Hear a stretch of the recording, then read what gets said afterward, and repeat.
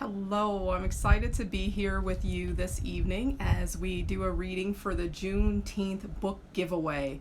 I'll be reading my book, Justice Makes a Difference, the story of Miss Freedom Fighter Esquire. And Justice Makes a Difference is the story of a young girl learning an important lesson, that you're never too young to make a difference. So 8-year-old Justice learns the important lesson that she can make a difference in her community, she can make a difference in her home, with her family, and even in her school.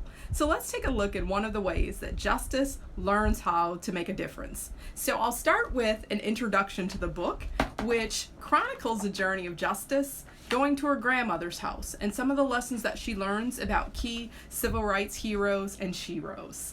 So let's take a look.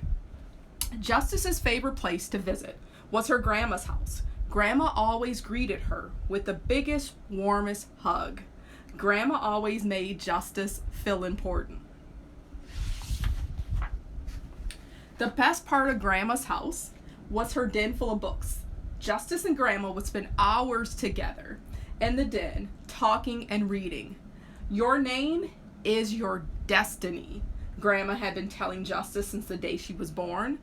Grandma reminded her often that being named Justice came with great responsibility.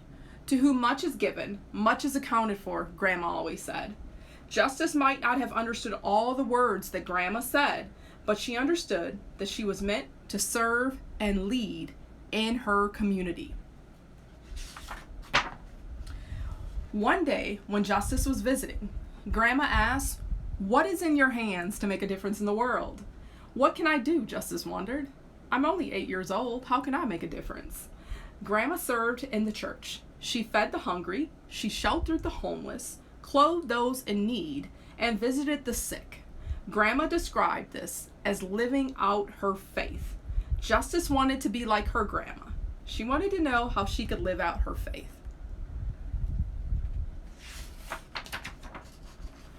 Grandma found Justice in the den, heavy with thought.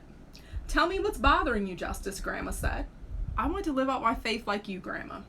"But I'm only 8 years old," Justice said. "What can I do?" "Aren't I too young?"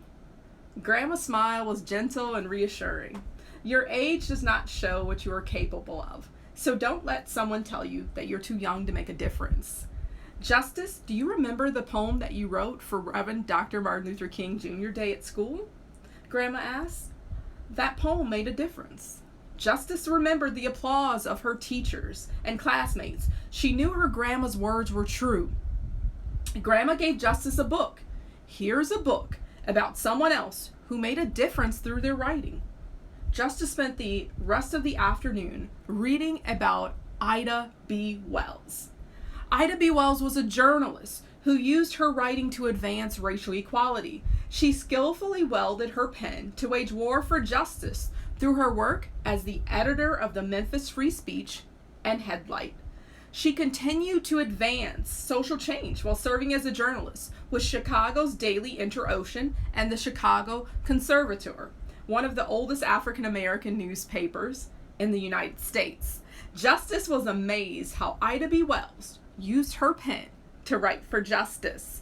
Justice picked up a pen and said, "I can write for justice." So you can see in the photo here, it's also in the illustration, the photo is of Ida B. Wells. So you see Justice reading a book and learning more about Ida B. Wells, who was what again? A very talented, award-winning, and prolific journalist.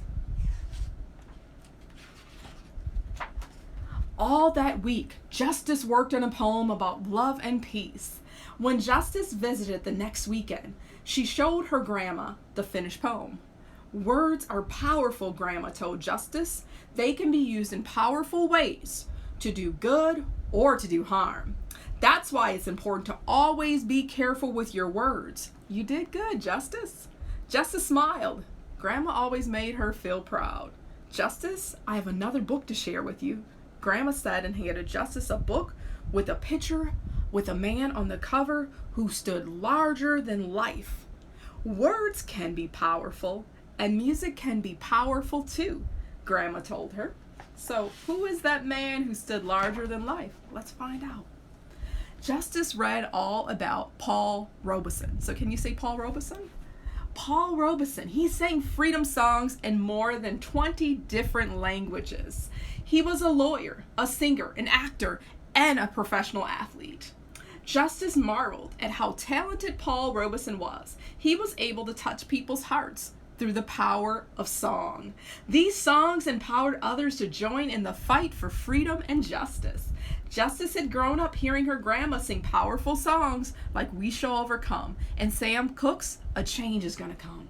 These were freedom songs. When grandma sang, Justice could feel it all the way down in her toes. Grandma Justice said, I want to sing for justice. Will you teach me some songs? Grandma began to sing, This little light of mine, I'm gonna let it shine. Justice felt a light inside her spark. Let it shine, let it shine, let it shine, she sang. So you can see the illustration has Justice listening to Grandma singing in her church choir, and that book with the man who stood larger than life, Paul Robeson. Sometimes when Justice visited, she helped Grandma in the garden. Justice loved the way the warm earth felt under her feet. She was amazed by how the tiniest seed could become a big vine of juicy red tomatoes or a tall forest of okra plants. So I don't know about you, but I enjoy planting things in my garden. So this is beautiful that they're planting tomatoes and okra.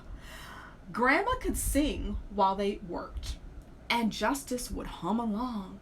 Their music served as the rhythm for their digging and planting. Planting a garden was hard work, and it gave Justice a lot of time to daydream. She fantasized about what it would be like to travel around the globe. What's the most exotic place you've ever traveled to, Grandma? Justice asked dreamily. Grandma chuckled. I haven't been much outside of St. Paul, honey, Grandma said, but I've traveled all over the world through books.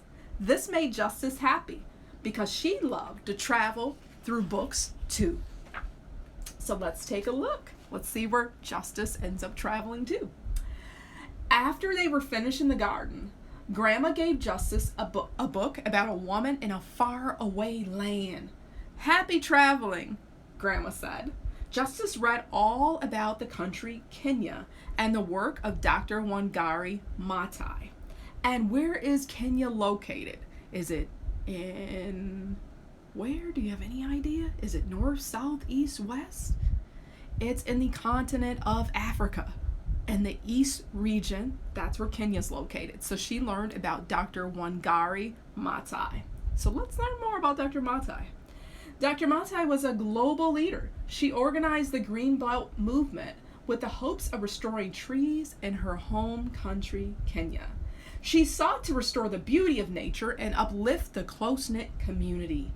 She began by organizing mothers, daughters, and grandmothers to take action by planting one seedling at a time. More than 51 million trees were planted.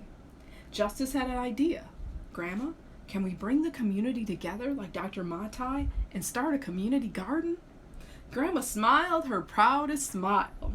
I think that's a wonderful idea. Should we invite others to help? Yes, Justice said. We can grow fruits and vegetables. Maybe we could ask our neighbors to help out. So you can see Justice, she's in the garden and planting it with the other children in her neighborhood. So I just want to pause here. I hope you enjoyed first learning about Ida B. Wells. And what was she again? She's a very powerful and talented journalist who decided that she could use her voice and write for justice. Next, you learned about Paul Robeson, who sang freedom songs in more than 24 languages. And what did we learn about him? By lifting his voice, by singing for freedom and justice, he changed the lives of so many others. He helped to make what we know today as civil rights come alive, of equal rights, equal pay for equal work, and equal opportunities for everyone, no matter the color of their skin. And last but not least today, we also learned about Dr. Wangari Maathai. When she saw a problem, she decided to create a solution. She talked about that planting trees planting trees was really about planting hope. So by planting one tree at a time, and to date over 50 million trees have been planted through her organization, which is called the Green Belt Movement, she gives us hope that no matter where we start, if we start with planting that one seed of hope, that we can make a difference. So I hope that you enjoyed having an introduction to my book, Justice Makes a Difference. And I hope that you'll continue on, because there's still many great people that you need to learn about. We also include in the book and feature the story so you can get an introduction to one of the most talented attorneys, Charles Hamilton Houston. And I know you may not know his name, but I wonder if you heard the name of his mentee, one of his students. He served on the Supreme Court, the U.S. Supreme Court, and his name is Justice Thurgood Marshall. So you'll also have an opportunity as you continue along with the book to learn about Charles Hamilton Houston and his fight for a very important case that he helped to lay the foundation for, which is Brown versus Board of Education.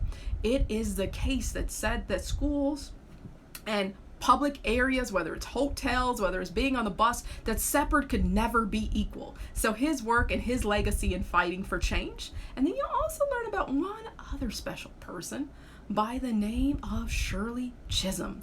Shirley Chisholm in 1972 made a bold statement. She said that she would be unbought and unbossed. She ran for the nation's highest office to become the President of the United States. So as we think about history, that she laid the pathway for the women who have come since her, who dared to stand in courage and to run for office to become the leader of our nation, to run for office to become president.